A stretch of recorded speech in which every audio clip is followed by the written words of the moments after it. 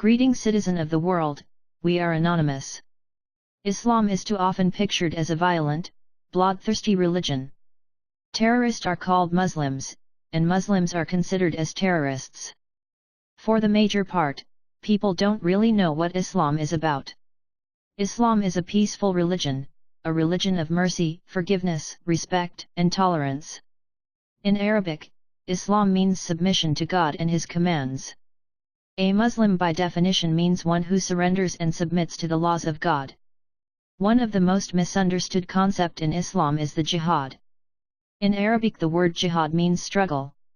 The Arabic words used in the Quran to talk about war are harb and qitl. There are different kinds of jihad, but the most common one is the jihad against oneself, the struggle against sinful desire.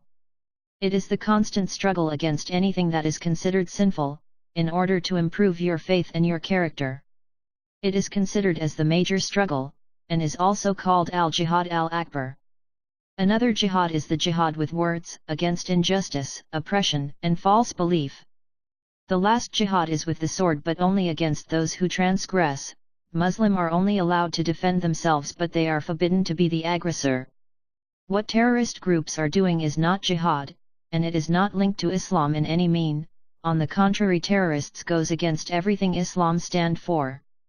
Here are some quote from the Quran that will help you understand why terrorists are not Muslims. The Quran states that whoever kills a soul unless for a soul or for corruption done in the land, it is as if he had slain mankind entirely. And whoever saves one, it is as if he had saved mankind entirely. In this verse, God declare life sacred. One cannot kill another human being, or else it would be as if he murdered the whole humanity. Terrorists spread fear and destruction upon the earth, but in the Quran God told Muslims, "But seek, through that which Allah has given you, the home of the hereafter, and yet, do not forget your share of the world. And do good as Allah has done good to you. And desire not corruption in the land. Indeed, Allah does not like corruptors." In this verse, God command us not to spread evil in the earth. He condemned corruption, ordered good deed and forbid evil.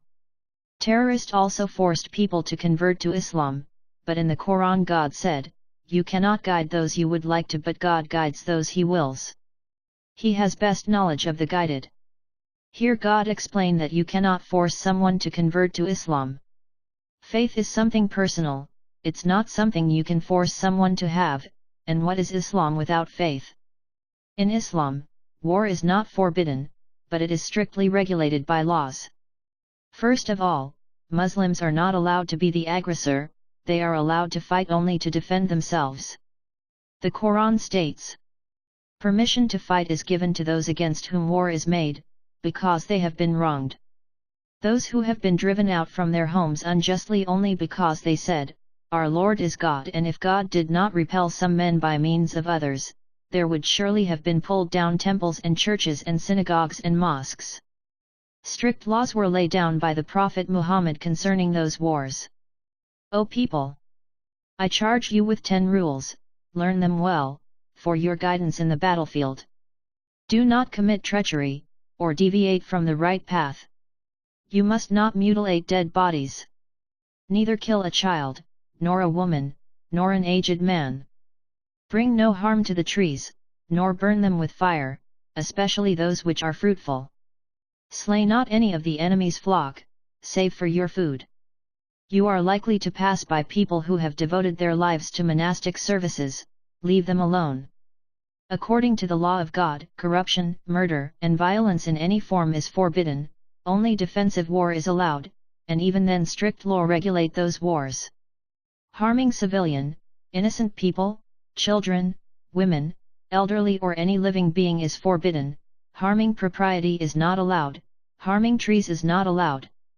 Muhammad rules allowed defensive war against fighting combatant only. And even against those combatants, there are rules. If the combatant asks for amnesty, Muslims are not allowed to ignore the plea and kill the combatant, they have to spare the combatant life. In the dictionary, terrorism is defined as the unlawful use of violence and intimidation, especially against civilians, in the pursuit of political aims.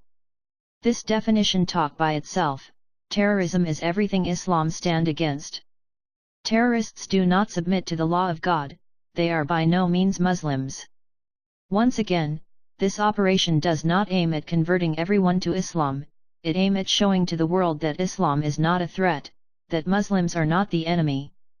Some mainstream media like to picture Islam as a violent religion, they focused on the crimes of terrorist groups and show it as legitimate understanding of the teaching of Islam. They question the content of the Quran and wonder if Islam should not be reformed. What they forgot to mention is that most of the victims of terrorist groups are Muslims. Those lies create more division among citizens while we should be united. Media will show you act of terror and attack made by so-called Muslims, and a lot of anti-Islam websites will spread propaganda against Muslims, but do not fall for those lies.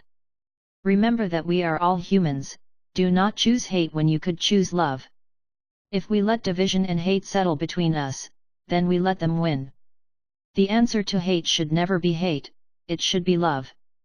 We are all humans, no matter what our religion, country of origins, color of skin, cultural background is, we are humans. Be the change you want to see in the world. If we truly want to bring a positive change in this world, then the first step is to change ourselves. Learn tolerance, respect, compassion, let us be truly united against terrorism and corruption. We are anonymous, we are united as one, and divided by zero.